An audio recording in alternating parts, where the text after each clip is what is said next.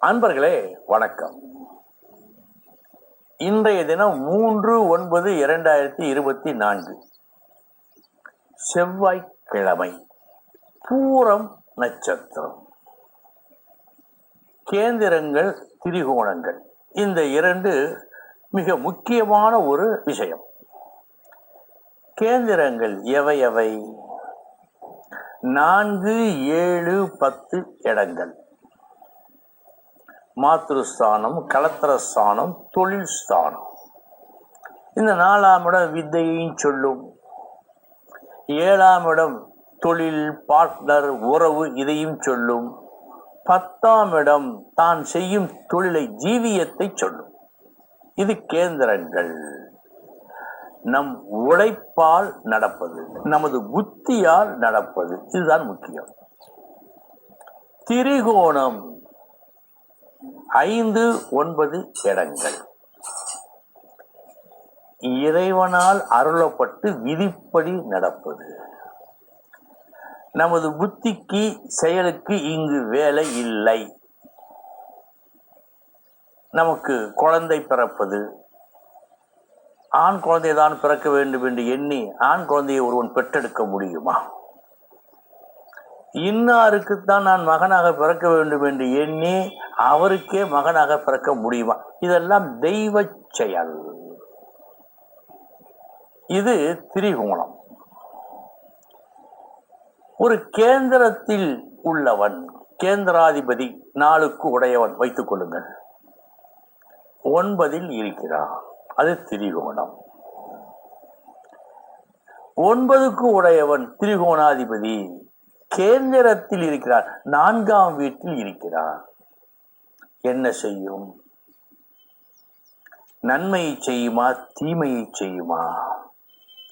அதனுடைய வித்தியாசம் என்னென்ன பாருங்கள்.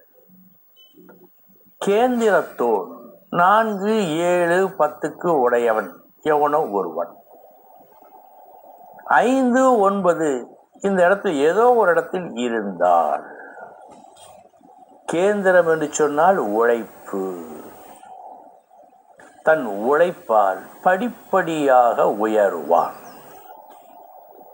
கடுமையான உழைப்பை காட்டி படிப்படியாக உயருவான். அல்லும் பகலும் உழைத்து உயருவான்.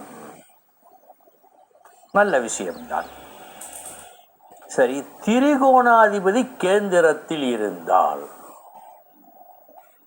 திரிகோணாதிபதி இறைவனால் கொடுப்பது. கேந்திரம் என்பது இவன் செய்யும் செயல்கள், இவனுடைய புத்தி. இந்த இறைவனுடைய கருணை 90%. இவனது செயல், இவனது புத்தி 10%. இப்படித்தான் அமையும். எப்படி இருக்கும்? இறைவனால் கொடுக்கப்பட்ட ஒரு வரத்தை பயன்படுத்தி செயல்பட்டு இவன் உயர்வான்.